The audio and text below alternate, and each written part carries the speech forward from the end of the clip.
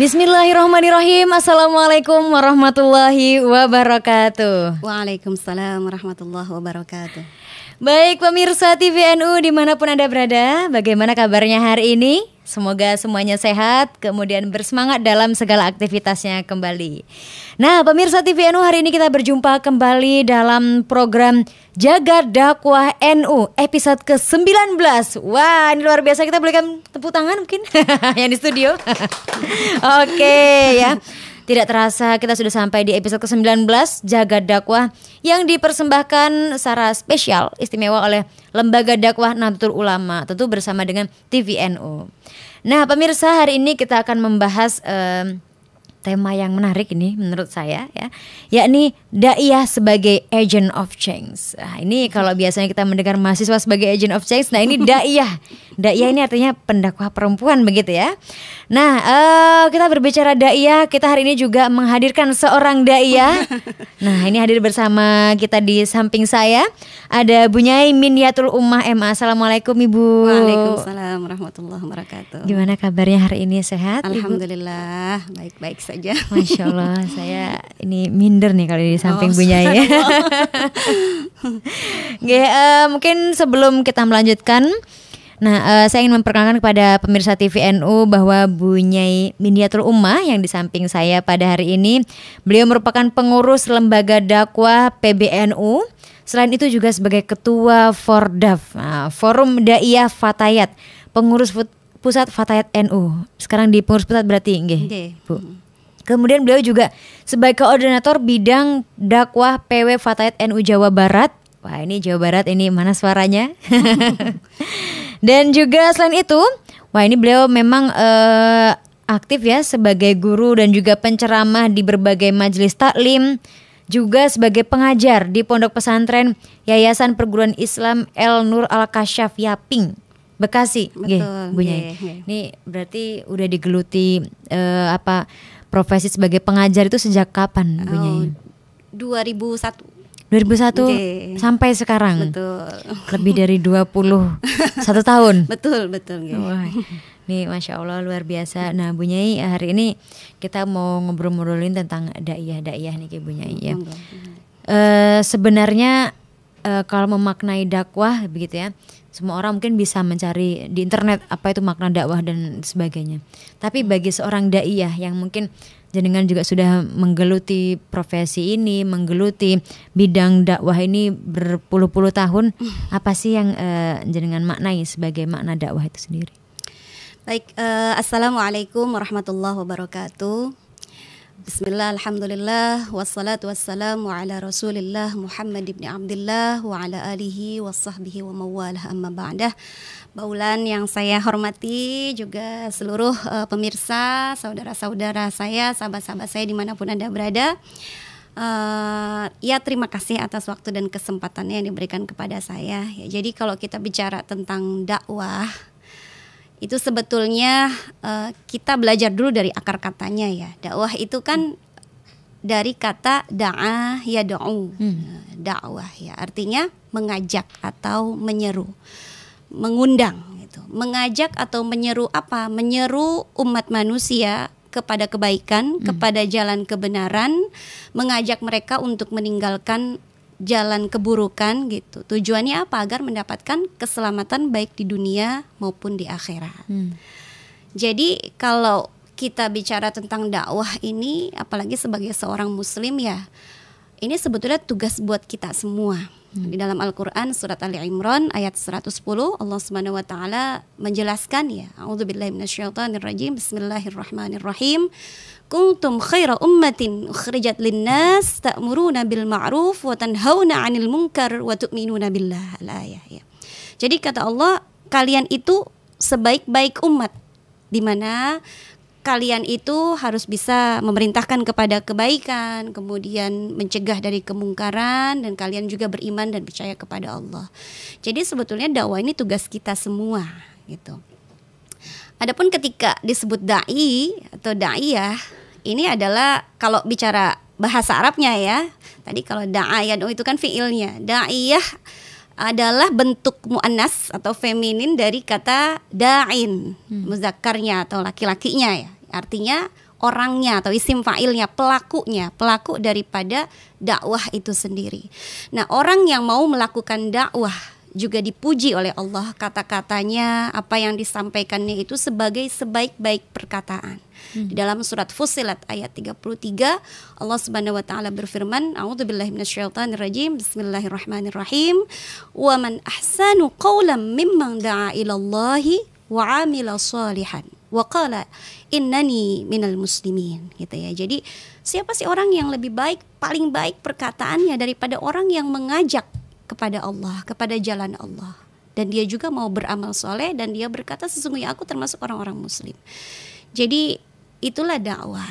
Maka selama hayat masih dikandung badan, apalagi sebagai muslim yang kita harusnya taat kepada Allah dan Rasulnya, maka harusnya kita menjalankan amanah ini dengan sebaik-baiknya dalam apapun profesi kita ya. Tidak harus sebagai seorang penceramah. Dakwah bisa dilakukan dengan berbagai hal, dengan berbagai cara. Ketika kita mengajak orang kepada kebaikan, kepada kebenaran, itu kita sudah berdakwah gitu. Sebagai apapun kita, itu bisa disebut sebagai pendakwah. Oke, artinya dakwah itu apakah memang sebuah profesi atau bentuk tanggung jawab moral? Tanggung jawab moral. Tanggung jawab moral. Iya. Sekarang kalau disebut profesi sebetulnya sih kurang tepat ya, karena ketika disebut profesi berarti dia harus menerima upah ya, atau ujroh daripada. Nah, ini juga yang kemudian harusnya menjadi koreksi atau introspeksi kita semua ya, para penceramah, para dai-daiyah, para pendakwah. Jangan menjadikan dakwah yang kita sampaikan itu sebagai ladang untuk mencari profit atau mencari keuntungan begitu, karena itu tugas dan tanggung jawab kita sebagai muslim kan, demikian. Apalagi dakwah ini adalah sesuatu yang memang dilakukan oleh Rasulullah SAW dan para nabi-nabi terdahulu sebelumnya. Jadi kita itu pewaris para nabi sebetulnya. Orang yang mau berdakwah itu ya melanjutkan tugas dan perjuangan apa yang sudah dilakukan oleh para rasul sebelum-sebelumnya. Demikian. Jadi tugas yang mulia. Tugas begitu. yang sangat mulia, betul. Oke. Nah, ini kembali kita membahas tentang karena daiyah adalah perempuan begitu, nggih, Bu Nyai. Nah, ada memang beberapa pihak yang menggunakan dalil-dalil yang misoginis, yang mungkin menstigma bahwa suara perempuan adalah aurat dan lain sebagainya begitu ya. Nah, lalu hal tersebut kemudian membuat sebuah konstruk bahwa ya peran perempuan dibatasi di ranah publik gitu. Nah, sebenarnya apakah perempuan boleh berdakwah di ranah publik atau di depan laki-laki atau di depan umum seperti itu? Iya. Jadi ini ada kaitannya dengan peran daiyah ya. Jadi karena tema kita adalah tentang daiyah, jadi seharusnya lebih mengena kepada daiyahnya sendiri. Daiyah sebagai agent of change, agen perubahan. Nah, karena dia daiyah, dia juga harusnya lebih peka terhadap permasalahan-permasalahan yang terkait dengan perempuan gitu. Karena ya memang kita berdakwah, mengajak umat manusia, apalagi kalau dakwah kebanyakan kan ceramah atau ngajarnya tuh di lingkup ummahat ya, kaum ibu, perempuan, ibu-ibu atau teman-teman perempuan begitu, lebih banyak gitu kajian-kajiannya di lingkup itu. Jadi seharusnya dia juga lebih peka terhadap apa yang dirasakan oleh teman-teman perempuan, kaum perempuan. Misalnya tadi termasuk suara gitu ya, atau hal-hal yang berkaitan dengan hak-hak perempuan, itu juga perlu dibahas gitu sebagai bagian dari dakwahnya. Bukan cuma membahas hal-hal yang berkaitan dengan ubudiyah atau berkaitan dengan akhirat. Itu memang sangat penting tentu, tetapi selain itu dia juga seharusnya menyelipkan di antara dakwahnya, mengedukasi masyarakat, mengedukasi umat tentang hal-hal yang berkaitan dengan masalah-masalah perempuan. Nah, pertama saya mau bicara tentang suara dulu tadi ya. Kalau kita bicara suara, ini memang ada pro kontra ya, ikhtilaf ya. Ada yang bilang ini aurat begitu. Tapi coba sekarang kita lihat perempuan daiyah pertama yang muncul di tengah-tengah umat Islam adalah istri Rasulullah SAW sendiri, yaitu Sayyidah Aisyah radhiyallahu anha. Beliau mengajar bukan hanya di kalangan teman-teman perempuan, ibu-ibu perempuan, tidak. Tetapi sahabat-sahabat Rasulullah yang laki-laki juga banyak yang bertanya kepada Aisyah, banyak yang belajar dari Aisyah. Seandainya suaranya Aisyah itu aurat, pasti Rasulullah sudah melarang. Aisyah jangan, nggak boleh gitu kan, pasti Nabi begitu. Tapi diamnya Rasulullah membiarkan Aisyah menyampaikan apa yang dia dengar dan pelajari Rasulullah, itu kan membuktikan bahwa itu diperbolehkan gitu ya. Jadi maka ketika perempuan ingin berdakwah di ruang publik, ya itu ya monggo saja, tidak masalah gitu, karena dicontohkan sendiri oleh Siti Aisyah sebagai orang terdekat Rasulullah pada masa itu. Bahkan banyak hadis juga yang diriwayatkan oleh Siti Aisyah begitu.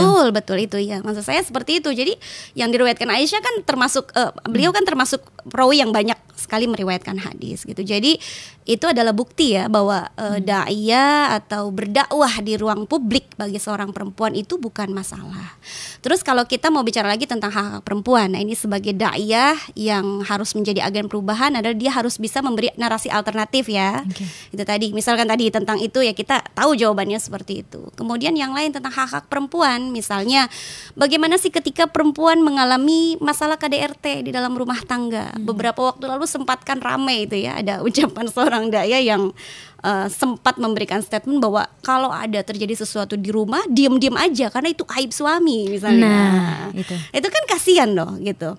Oke, kalau sekali dua kali mungkin manusia khilaf, suami khilaf nggak apa-apa. Tapi kalau itu terjadi berulang kali, bahkan sampai membahayakan si perempuan itu sendiri, tentu kan kasihan. Seandainya itu tidak diperbolehkan gitu ya. Maka sebagai da'iyah seharusnya dia bisa mengedukasi masyarakat gitu. Sebagai perempuan juga manusia. Allah tidak pernah membeda-bedakan jenis kelamin kan gitu. Di dalam Al-Qur'an kita tahu ada ayat yang mengatakan inna akramakum indallahi atqakum. Yang mulia di sisi Allah itu bukan laki-laki, bukan gender ya, bukan kelamin laki-laki, bukan kelamin perempuan, tetapi Allah sebutkan yang paling takwa.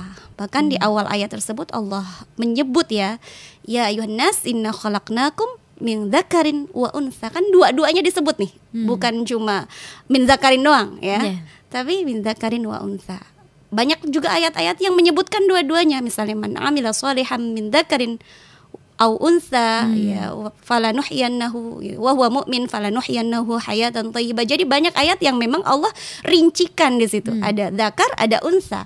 Artinya laki-laki dan perempuan punya kesempatan yang sama untuk hidup sebagai manusia gitu. Maka dai seharusnya bisa memberikan edukasi seperti itu. Jadi membicarakan tentang hak-hak perempuan, hak untuk mendapatkan keadilan ya, hak untuk berpendidikan yang sama dengan laki-laki, hak untuk menyampaikan pendapatnya. Jadi ini juga termasuk misi dari daiyah tersebut sebagai agent of change. Oke, ini menarik sekali. Jadi jadi jangan ragu-ragu untuk kita melakukan dakwah. Kalau memang kita memiliki kapasitas yang jadi nggak perlu harus jadi penceramah dulu. Siapapun ketika mendapati situasi seperti itu sebagai sama perempuan misalnya, kita harusnya peka ya. Jadi bisa lah menyampaikan narasi alternatif atau hal-hal yang benar tuh begini gitu ya, bukan seperti itu gitu. Tadi itu mungkin terkait kepekaan terhadap permasalahan perempuan itu sendiri atau memberikan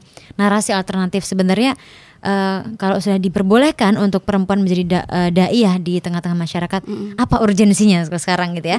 Apa urgensinya daiyah harus hadir di tengah-tengah masyarakat? Iya. Mungkin menurut jenengan apalagi di tengah masyarakat global hari ini. Betul. Gitu. Iya, sangat penting gitu ya. Tadi pertama kesempatan yang sama kan antara laki-laki dan perempuan itu harus diraih, harus kita punya gitu. Jadi ketika memang kalau kita lihat misalkan ustadz-ustadz di televisi atau menceramai yang populer itu memang lebih banyak kan laki-laki ya. Ustadzah atau dai itu nggak terlalu banyak gitu. Alternatif yang terkenal, maksudnya yang terkenal. Tapi kalau di kampung-kampung ustadzah kampung banyak banget gitu ya. Karena majelis taklim juga kebanyakan majelis taklim ibu-ibu gitu. Maksudnya ketika ada kesempatan yang sama antara laki-laki dengan perempuan, maka kita ini harus menggunakan kesempatan itu dengan sebaik-baiknya. Apalagi tadi hal-hal yang terkait dengan permasalahan perempuan yang laki-laki nggak tahu rasanya kan, gitu.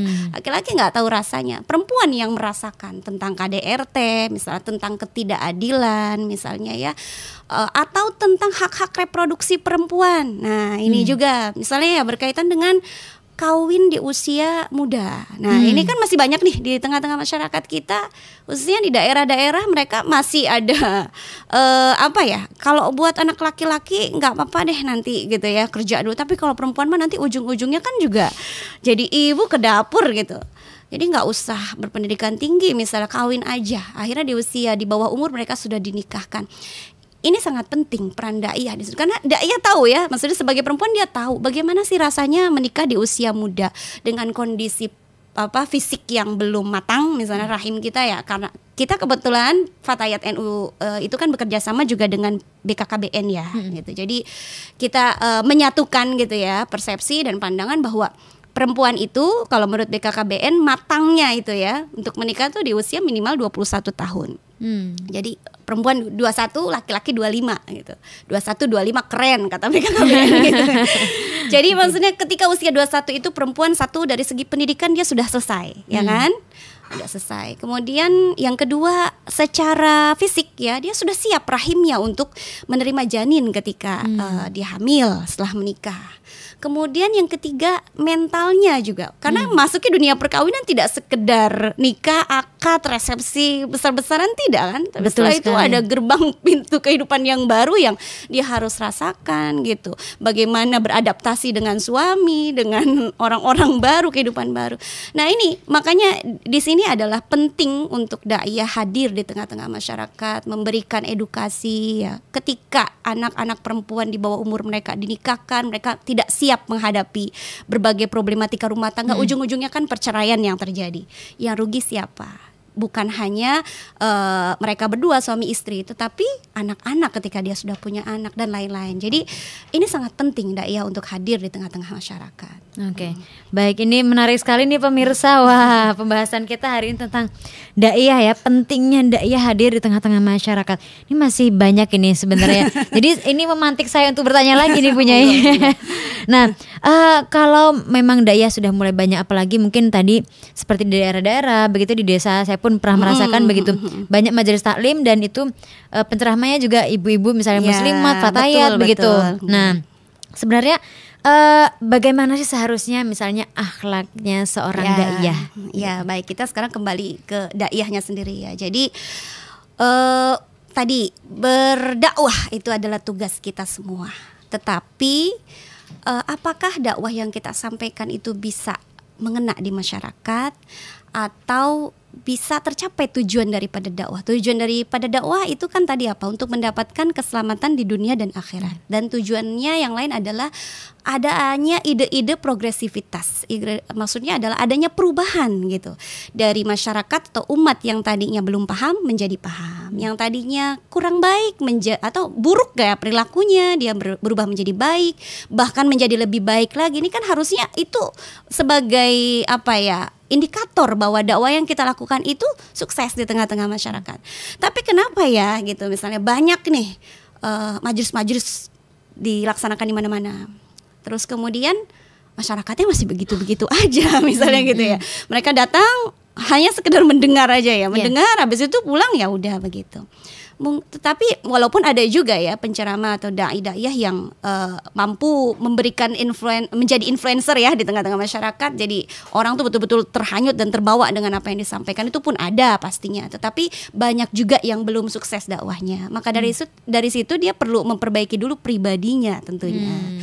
Karena untuk menjadi seorang pendakwah tidak hanya cukup dia punya kompetensi keilmuan ya, tidak hanya cukup dia punya kemampuan public speaking, beretorika, itu tentu itu dibutuhkan kalau dia dai atau daiyahnya adalah sebagai penceramah. Atau kita sebut metode dakwahnya dakwah bil lisan, ya, dakwah dengan ucapan, ceramah, orasi dan lain-lain, menjadi narasumber ini itu. Nah, tapi tidak cukup dengan itu. Kalau dia ingin apa yang dia sampaikan itu berhasil, maka dia juga harus memperbaiki dirinya, akhlaknya. Seharusnya ya, memang seharusnya apa yang dia ucapkan itu juga apa yang dia lakukan itu. Jadi jangan cuma ngajarin orang tapi dirinya sendiri tidak melakukan. Itu diancam, itu dilaknat oleh Allah ya. Dalam Quran surat As-Saff ayat 3 Allah mengatakan kuntum khaira ummatin dalam surat As-Saff ayat 3 Allah mengatakan kabura maqtan indallahi an taqulu ma la taf'alun. Artinya Allah marah besar nih, kamu mengatakan sesuatu yang tidak kamu lakukan, nggak boleh gitu ya, dilaknat oleh Allah. Dan banyak di tengah-tengah kita penceramah yang kayak begitu gitu, pinternya ngomong doang, naudzubillah ya, pinternya ngomong doang, tetapi kemudian kita lihat kan, misalnya suka kadang-kadang ada berita beberapa hari kemudian ada informasi masalah keluarganya gitu ya, masalah pribadinya. Tentu ini sangat tidak etis dikonsumsi oleh publik. Walaupun sebagai manusia tentu kita tidak bisa terhindar kan dari masalah-masalah pribadi. Tetapi sebagai dai atau daiyah harusnya dia bisa menjadi contoh, role model di tengah-tengah masyarakat. Seandainya pun dia punya masalah, dia harus bisa mencari solusi, menyelesaikan masalahnya secara elegan gitu.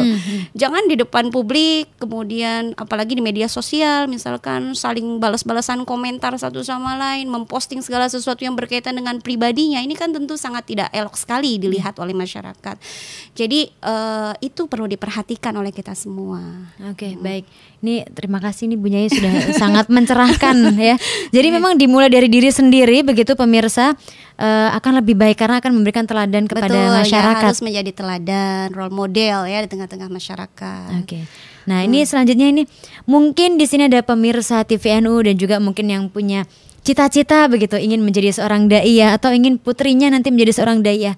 Sebenarnya kompetensinya apa saja yang dibutuhkan untuk menjadi seorang daiyah yang baik dan yang handal kira-kira begitu, Bu Nyai? Ya, baik. Tadi kan yang pertama tentunya kompetensi keilmuan dulu ya.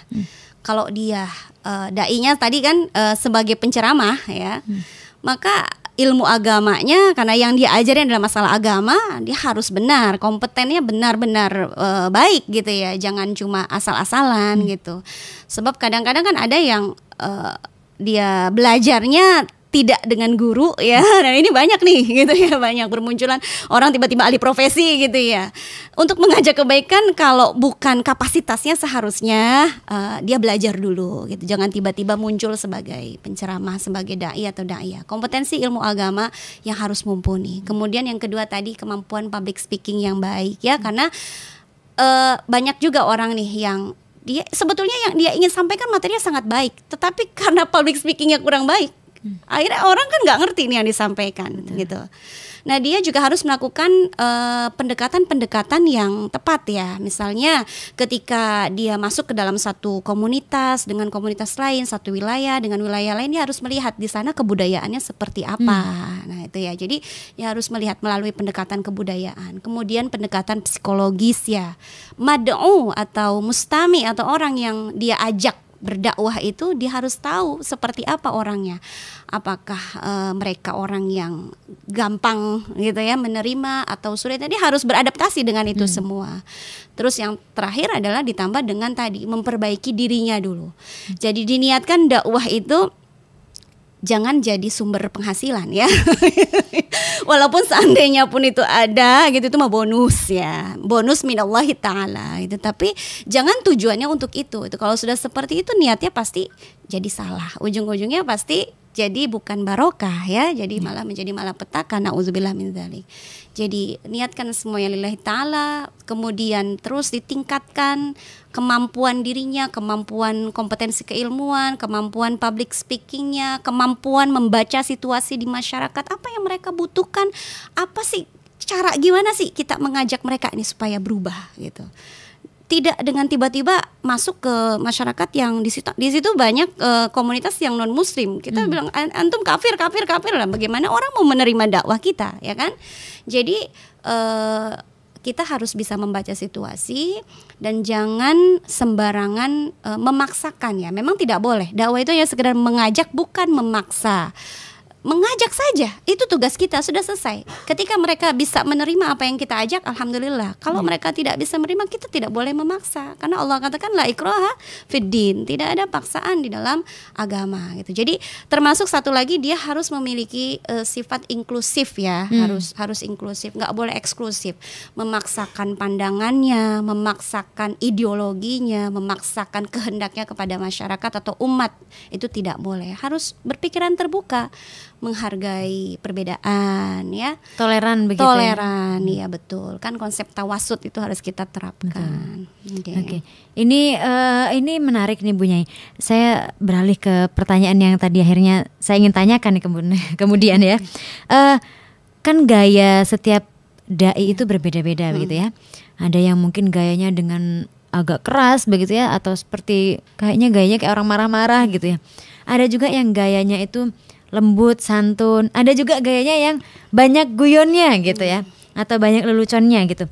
Nah, mungkin ini tadi sempat salah satu hal yang di-highlight oleh Bu Nyai bahwa kemampuan public speaking itu juga diperlukan dalam berdakwah. Betul. Nah, sebenarnya bagaimana sih strategi public speaking yang bagus ketika berdakwah itu? Nah, iya, itu tadi jadi melihat siapa sih orang yang kita ceramahin gitu ya, siapa sih orang yang kita dakwahi.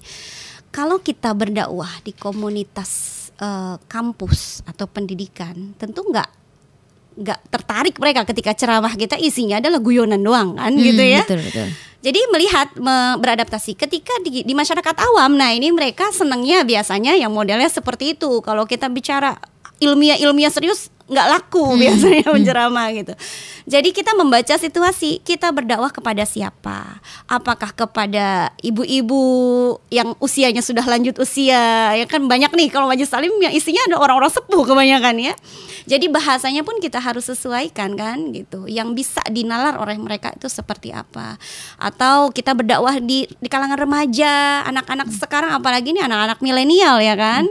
Yang mereka tuh gayanya seperti apa? Nah, ini pun perlu menjadi tantangan buat kita dai dan daiyah ya, bagaimana sih supaya dakwah kita ini bisa menyasar ke semuanya, termasuk juga menggunakan media digital sebagai sarana dakwah, karena kaum remaja atau milenial sekarang itu kan di situ mainnya gitu. Betul. Kemudian bagaimana ketika kita berdakwah di kalangan anak-anak, itu beda lagi. Dakwah di depan anak-anak usia anak-anak sekolah SD, MI, TK itu kan tentu berbeda. Jadi seorang dai dan daiyah harus memiliki kemampuan public speaking yang baik dengan mampu beradaptasi kepada siapa dia berdakwah itu. Jadi harus bisa membaca mad'unya gitu. Adapun gaya yang paling tepat yaitu tadi dilihat aja siapa yang kita dakwahi. Kemudian setiap dai dan daiyah juga harusnya punya personal branding ya, punya gaya sendiri, style sendiri yang menjadi ciri khas dia. Jadi kita ini harus bisa membaca apa sih kekuatan kita nih yang bisa ditonjolkan gitu supaya dakwah yang kita sampaikan ini betul-betul cukup menarik gitu ya. Misalkan kita punya kemampuan bikin pantun, boleh setiap dakwah pakai pantun. Kita punya kemampuan suara yang baik, boleh setiap dakwah ditambahin dengan ya membaca ayat atau sholawat gitu.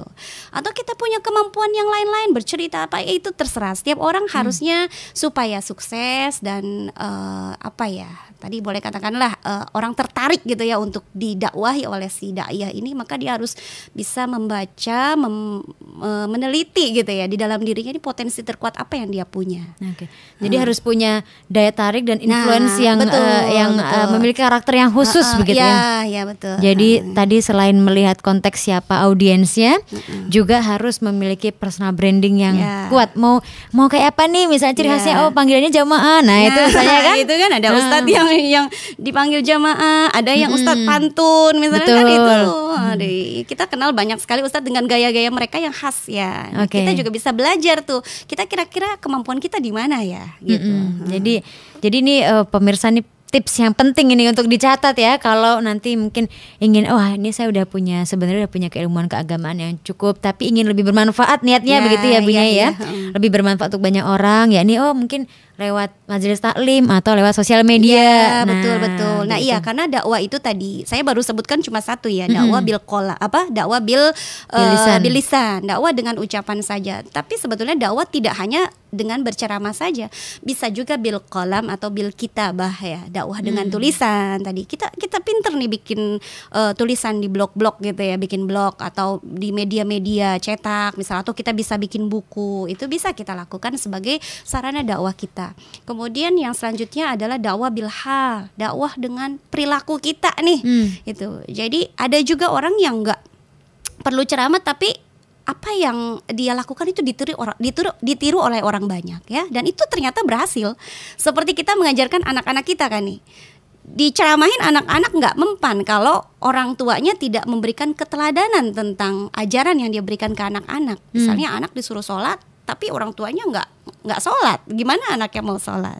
Atau di masyarakat misalnya satu tokoh dikenal sebagai ulama, sebagai ustadz, sebagai kiai, tetapi kepada masyarakatnya dia bersikap yang kurang baik misalnya. Bagaimana orang mau mencontoh dia? Jadi dakwah bil hal ini juga sangat penting ya. Harus sesinkron antara lisan dengan hal, antara ucapan dengan perilaku.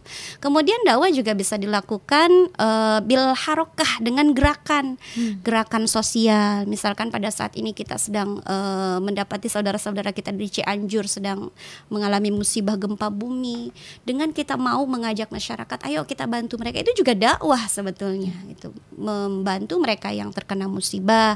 Atau misalkan dalam satu komunitas kita ada orang-orang duafa, orang-orang miskin yang mereka butuh pertolongan. Ustadz, ustadzah, dai-daiyah cuma bisa ceramah tapi tidak mau membantu, itu kan sangat tidak baik di mata umat gitu ya. Jadi itu pun perlu dilakukan. Ada juga dakwah bil medsos ya kalau sekarang. Nah ini dengan berbagai perkembangan teknologi itu harus bisa menjadi sarana dakwah kita. Dan tadi daiyah di masa kini, di zaman now ya, harus kreatif tuh gitu, harus kreatif. Jadi kalau ada teman kita nggak bisa ceramah, udah tampilin aja paling nggak quotes kita, atau nampilin hadis atau kalam ulama atau ayat Al-Quran, itu juga sebetulnya masuk ke dalam dakwah kita. Ya, dan yang terakhir bisa juga dakwah dilakukan bil funun, dengan kesenian. Ini yang berkaitan dengan budaya ya. Jadi misalnya dia nggak bisa ceramah tapi suaranya enak banget, dia dakwahnya dengan sholawat, itu pun dakwah, mengajak umat daripada ngomongin yang enggak, mendingan ayo kita sholawatan misalnya. Itu termasuk dalam kategori dakwah. Betul insya Allah. Jadi nggak usah takut gitu ya. Jadi dakwah itu bisa berbagai aspek ya, bisa dengan berbagai cara gitu, nggak mesti harus berceramah. Nah ini makanya saya katakan tadi temanya adalah dakwah sebagai agent of change, untuk mengajak umat berubah gitu. Tidak cukup, tidak harus dengan ceramah, tapi banyak sekali hal yang bisa kita lakukan. Oke, baik, ini saya ingin menyambung tentang bagaimana dakwah sebagai agent of change. Nah, apa sih sebenarnya tantangan terbesar saat ini menghadapi berbagai macam isu-isu yang baru, isu global, climate change dan lain sebagainya? Apakah seorang daiyah itu juga harus responsif terhadap hal-hal yang atau isu terbaru tersebut? Betul, sangat penting ya untuk zaman sekarang. Jadi tadi di awal sempat saya katakan bahwa kita itu kalau ngajarin umat tentang ilmu-ilmu akhirat itu kan udah sering ya. Nah sesekali kita juga perlu mengedukasi mereka tentang hal-hal yang berkaitan dengan isu-isu global ya. Misalnya tentang toleransi gitu ya. Jadi kita ini apalagi di Indonesia kan hidup berdampingan dengan berbagai agama gitu, dengan berbagai komunitas yang berbeda-beda, agamanya beda-beda, budayanya beda-beda, caranya gitu ya. Jadi sebagai daiyah jangan eksklusif tadi kan itu. Dia harus mengajarkan umat ketika terjadi perbedaan jangan marah gitu ya. Ini namanya toleran gitu. Kemudian yang kedua juga sekarang terkait dengan climate change ya, atau pemanasan global ya, kita juga harus bisa gitu ya mengajak umat, ayo kita harus memikirkan generasi kita ke depan. Kalau kita masih tetap berada dengan kebiasaan kita saat ini ya, kurang bisa menjaga alam gitu ya. Apa kita pengen terjadi bencana terus? Yang paling sering kan banjir misalnya. Ini kan karena perilaku manusia atau masyarakat yang sangat tidak baik gitu ya, buang sampah sembarangan. Nah, ketika daiyah bisa mempengaruhi umat nih, ketika buang sampah jangan sembarangan, harus begini harus begitu, bagaimana memanfaatkan sampah gitu ya agar menjadi sesuatu yang berguna. Ini kan luar biasa. Satu majelis taklimnya saja misalnya dia bisa ubah cara pandangnya tentang sampah. Ini kan luar biasa nih. Satu majelis taklim bisa, kalau majelis taklim kecil 20-30, kalau majelis taklim besar bisa 100 lebih misalnya. Bagaimana ketika dia mengajar di berbagai majelis taklim? Ini kan luar biasa manfaatnya itu. Jadi itu termasuk peran kita sebagai daiyah. Betul sekali Bu Nyai, saya juga jadi ingat beberapa waktu lalu ketika pandemi Covid itu kan, kemudian akhirnya banyak juga yang para ulama, para daiyah akhirnya menyerukan juga nggak apa-apa kita nggak usah sholat jamaah di masjid begitu ya. Jadi ada fatwa-fatwa dari ulama begitu. Betul ya. Jadi misalkan nih ada umat yang kok sholat ke masjid nggak boleh, kok sholat dilarang gitu. Sementara ketika belanja ke pasar dibolehkan. Nah ini kan sebagai ulama, sebagai dai dia harus bisa menjelaskan, bukannya dilarang tetapi demi kemaslahatan gitu. Darul mafasid muqaddamun ala jalbil masalih. Itu kan kita sering katakan kemarin itu. Daripada kita berkerumun di masjid kemudian kita sakit misalnya. Jadi lebih baik kita di rumah gitu. Adapun ketika ke pasar itu karena kebutuhan kan, tidak mungkin tidak dilaksanakan. Yang penting menjaga protokol kesehatan misalnya. Jadi itu tugas kita semua, bukan malah ngompor-ngomporin umat ya untuk kemudian membuat kegaduhan yang akhirnya menjadikan ketegangan di masyarakat. Itu kan kalau itu dosa kan ya. Seandainya umat saling bertengkar, mereka berdosa, tetapi yang ngompor-ngomporin itu lebih berdosa lagi. Oke. Benar sekali. Yang ngomporin itu lebih bahaya itu.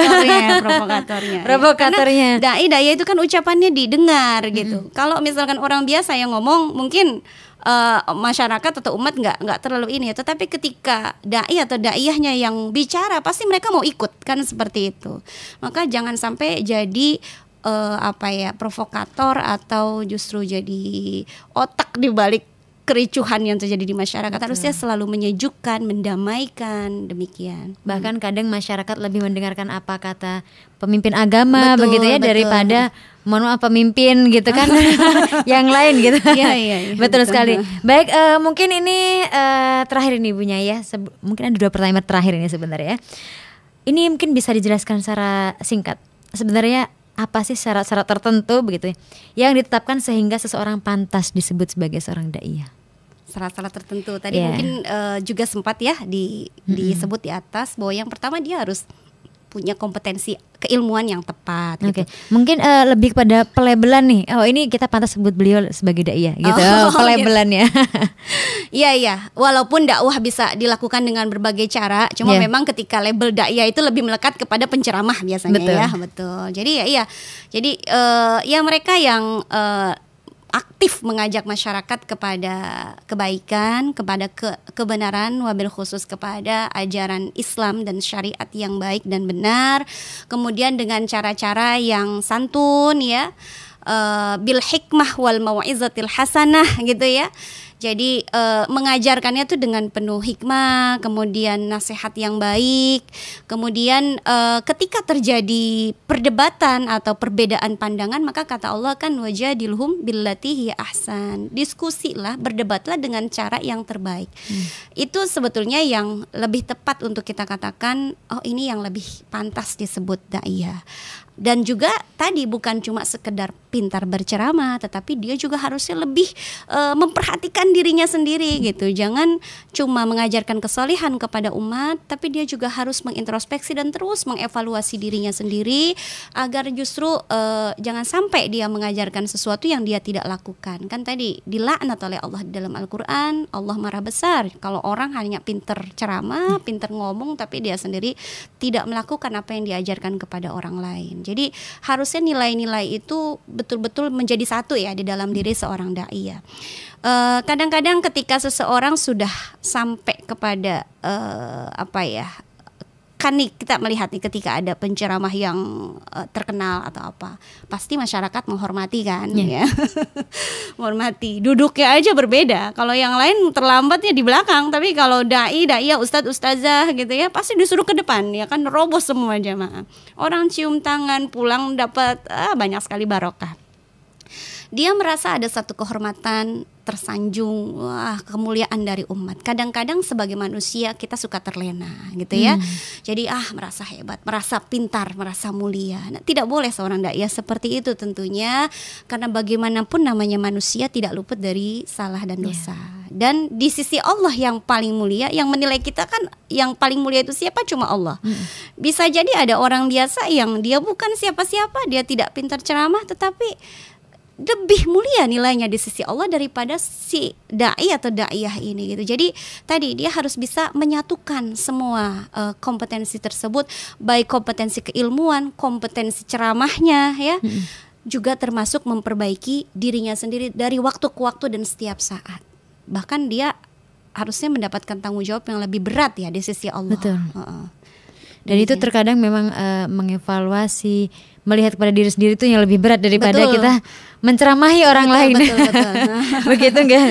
Baik, ini luar biasa sekali pemirsa TVNU, teman-teman semuanya. Episode kali ini kita mengupas tuntas ya terkait bagaimana daiyah bisa berperan atau mengambil peran sebagai agent of change gitu. Dan mungkin karena memang Jaga Dakwah ini adalah persembahan khusus dari Lembaga Dakwah NU atau LDPBNU. Nah, sejauh ini Bu Nyai sudah bagaimana dan upaya apa saja yang telah dilakukan oleh LDPBNU untuk mendorong kaderisasi daiyah itu sendiri? Iya. Kalau LDPBNU bekerja sama juga ya dengan berbagai badan otonom NU untuk menggandeng daiyah-daiyahnya. Seperti saat ini misalkan saya juga berada di LDPBNU karena dari Fatayat NU begitu. Jadi LD menggandeng Fatayat, menggandeng Muslimat, menggandeng IPPNU untuk bersama-sama dengan LDNU kita mengenalkan dakwah Nahdlatul Ulama yang rahmatan lil alamin misalnya. Juga termasuk saat ini kan LDPBNU sedang mengadakan audisi ya, audisi dai dan daiyah. Tentunya ini adalah satu kegiatan yang sangat positif sekali untuk memberikan motivasi ya di kalangan teman-teman kita yang dai dan daiyah agar mereka terus berkembang dan mengembangkan potensinya begitu. Jadi semangat untuk berdakwah. Oke. Wah, ini terima kasih nih LDPBNU. Ini mungkin para kandidat-kandidat yang akan nanti mengikuti perlombaan juga di Lembaga Dakwah PBNU. Semangat, semoga sukses. Kita sedang membidik kader-kader unggul begitu ya, apalagi kader-kader NU dari seluruh pelosok dunia, bukan hanya Nusantara saja. Baik, sekali lagi terima kasih banyak Bu Nyai sudah berkenan hari ini ke TVNU dan juga kita juga berbincang-bincang di Jaga Dakwah NU. Sama-sama. Mungkin kita di akhir sesi ini Bu Nyai ada closing statement yang mungkin juga bisa menambah spirit dan juga semangat dari seluruh peserta atau seluruh pemirsa TVNU.